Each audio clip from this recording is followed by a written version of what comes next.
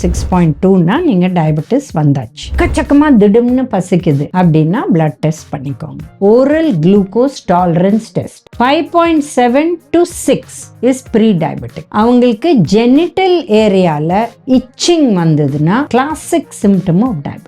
Coffee tea அதில் சர்க்கரை போட வேண்டாம். ஸோ பேசிக்காக வந்து 3 வேளையும் நீங்கள் புரத சத்து எடுத்துக்கணும். கொஞ்சம் கார்போஹைட்ரேட் சத்தை குறைக்கணும். Exercise 45 minutes walk or cycling or swimming or jumping. நீங்கள் மெயினாக வந்து எண்ணெயை குறைக்கணும்.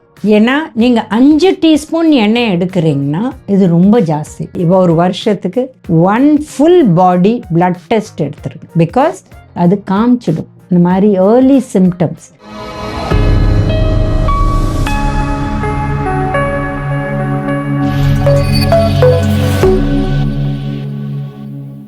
காஸ்மோ ஹெல்த் வியூவர்ஸ்க்கு வணக்கம். நம்ம டயபெட்டிஸோட ஏர்லி சிம்டம்ஸ் அதை பற்றி பேச போகிறோம். இப்போ கிளாசிக் சிம்டம்ஸ் டெக்ஸ்ட் புக்கில் அப்படின்னு பார்த்தீங்கன்னா பாலிடிப்சியா, பாலியூரியா, பாலிஃபேஜியா அப்படின்னு சொல்லுவாங்க.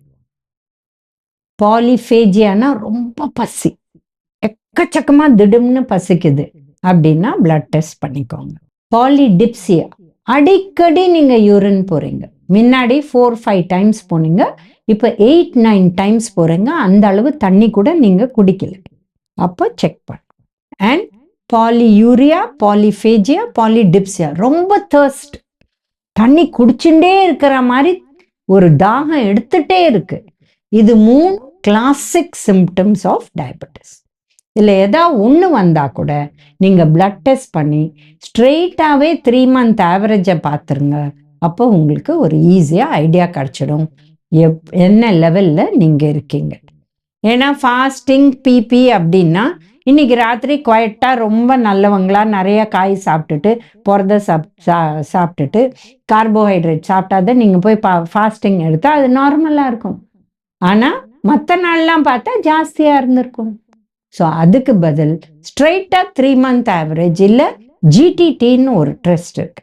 ஓஜிடிடி, ஓரல் குளுக்கோஸ் டாலரன்ஸ் டெஸ்ட். இந்த டெஸ்ட்டில் முதல்ல ஃபாஸ்டிங் எடுத்துட்டு அப்புறம் குளுக்கோஸ் கொடுப்பாங்க. குளுக்கோஸ் கொடுத்துட்டு 1/2 hour, 1 hour, 1.5 hours, 2 hours test எடுப்பாங்க. அதில் கிளியராக தெரிஞ்சிடும் நீங்கள் டயபெட்டிஸா இல்லையா. ஸோ இந்த 2 டெஸ்ட்டில் ஏதாவது ஒரு டெஸ்ட் எடுங்க அண்ட் உங்களுக்கு தெரியும். இப்போ விமெனில் திடம்னு அவங்களுக்கு ஜெனிட்டல் ஏரியாவில் இச்சிங் வந்ததுன்னா கிளாசிக் சிம்டம் ஆஃப் டயபெட்டிஸ். மென்ல எங்கேயாவது ஒரு ஸ்கின் ப்ராப்ளம், முன்னாடி அவங்களுக்கு ஸ்கின் ப்ராப்ளமே இல்லை, இது வந்து ரொம்ப ஜாஸ்தி ஆயிடுச்சுன்னா this is also a classic symptom of diabetes. So இதெல்லாம் ரொம்ப கிளியர் சிம்டம்ஸ். இதில் ஏதாவது ஒன்று தான் தலை காட்டும், எல்லாம் சேர்ந்து தலை காட்டும்னு அவசியமே இல்லை. ஸோ இந்த ஸ்டேஜ்லேயே நம்ம ப்ரீ டயபெட்டிஸ் அப்படிங்கிற stage, that is normal fasting வந்து 100க்குள்ளே இருக்கணும், நம்ம 120க்குள்ளே இருக்கோம் அப்படின்னா நம்ம ஈஸியாக குறைச்சிடலாம். வெயிட்டை குறைச்சி டாக்டர்ஸே இன்னைக்கு உங்களுக்கு ஹெல்ப் பண்ணுவாங்க, டயட்டிஷியன்ஸ் ஹெல்ப் பண்ணுவாங்க. நீங்கள் மருந்து எடுக்க வேண்டாம். they will give you 2 months, 3 months time. நீங்கள் வெயிட்டை குறைச்சி லைஃப் ஸ்டைலை சேஞ்ச் பண்ணி எக்ஸசைஸ் ஆரம்பித்து டயட்டில் கரெக்டாக சாப்பிட்டீங்கன்னா ஆட்டோமேட்டிக்காக டயபெட்டிஸ் கீழே வந்து நீங்கள் அதை கிளியராக மெயின்டைன் பண்ணால் மருந்து சாப்பிடாதே கொஞ்ச நாள் இல்லை நிறைய நாள் ஓட்டலாம். ஸோ இதுதான் classic symptoms of pre diabetes. இப்போ ப்ரீ டயபெட்டிஸில் டெஃபினட்டாக புரத சத்தை ஏற்றி கார்போஹைட்ரேட்டை குறைச்சா இது ஆறுதுன்னு நிறைய ரிசர்ச் வந்தாச்சு. ப்ளஸ் எக்ஸசைஸ் ப்ளஸ் வெயிட் ஒரு 4 கிலோ குறைச்சா ஆட்டோமேட்டிக்காக அவங்களுக்கு வந்து ப்ரீ டயபெட்டிஸ்லேருந்து நான் டயபெட்டிஸ் ஸ்டேஜ் ஈஸியாக போகும். இந்த ஸ்டேஜை பிடிச்சி நம்ம வந்து போயிட்டோம்னா இந்தியாவில் நிறைய பேர் வந்து டயபெட்டிஸாக ஆகாத மெயின்டைன் பண்ணணும். பட் சில பேருக்கு டயபெட்டிஸ் வருதுன்னு நினச்சிருப்பாங்க. First test head to body எல்லா டெஸ்ட்டும் எடுத்தா ஏற்கவே கிரியாட்டினின் கிட்னி தலையை காட்டும், லிப்பிட்ஸ் தலையை காட்டும், இல்லை கண்ணு வந்து மங்கலாக ஆரம்பிச்சிடும்.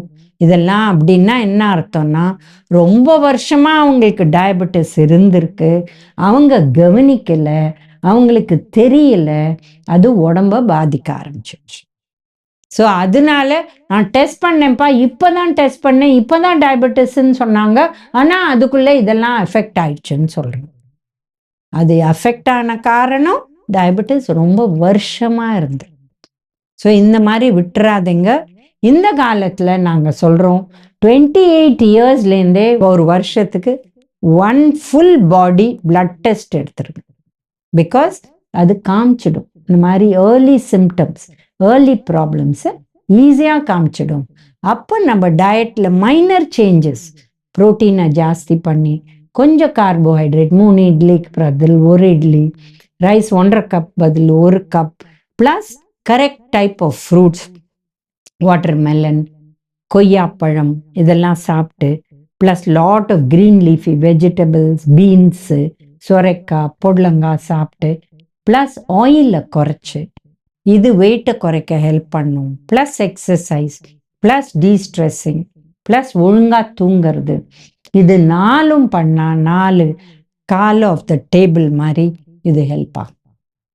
ஸோ இந்த மாதிரி நம்ம ப்ரீ டயபெட்டிக் ஸ்டேஜில் ஈஸியாக வெள்ளம் வந்துடலாம். இப்போ HbA1cங்கிறது 3 month ஆவரேஜ். நீங்கள் 3 மாதமாக எப்படி உங்கள் சுகர் இருந்திருக்குங்கிற ஒரு இது காட்டுது.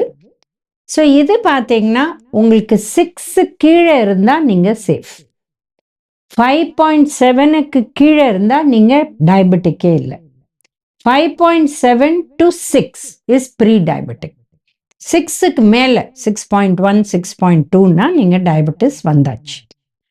பட் இந்த 6.2 இல்லை பிலோ அவங்க ஹெல்ப் கொடுப்பாங்க, டாக்டர்ஸ், டயட்டிஷியன்ஸ், உங்களுக்கு ப்ரீ டயபெட்டிஸை மாற்றுறது. ஸோ இதுக்கு பார்த்தீங்கன்னா சிம்பிளாக ஃபஸ்ட்டு எக்ஸசைஸ் ஆரம்பிக்கும். Exercise 45 minutes walk or cycling or swimming or jumping or skipping or ஏதோ ஒன்று, எது முடியுமோ continuous 45 minutes 6 days a week, இது must.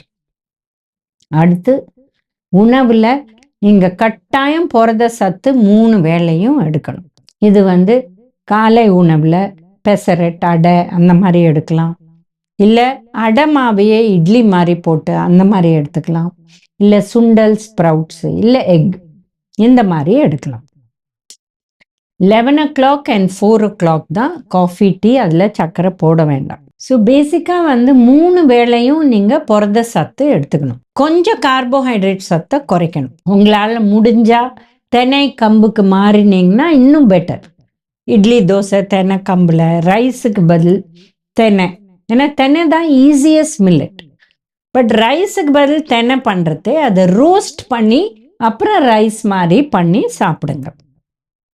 Plus protein, plus vegetable, இதில் சாலட் 1 கப்பு, பொரியல் இல்லை கூட்டு 1 கப்பு, இந்த மாதிரி சாப்பிடுங்க. இதே சிஸ்டம் டின்னரில் வரணும்.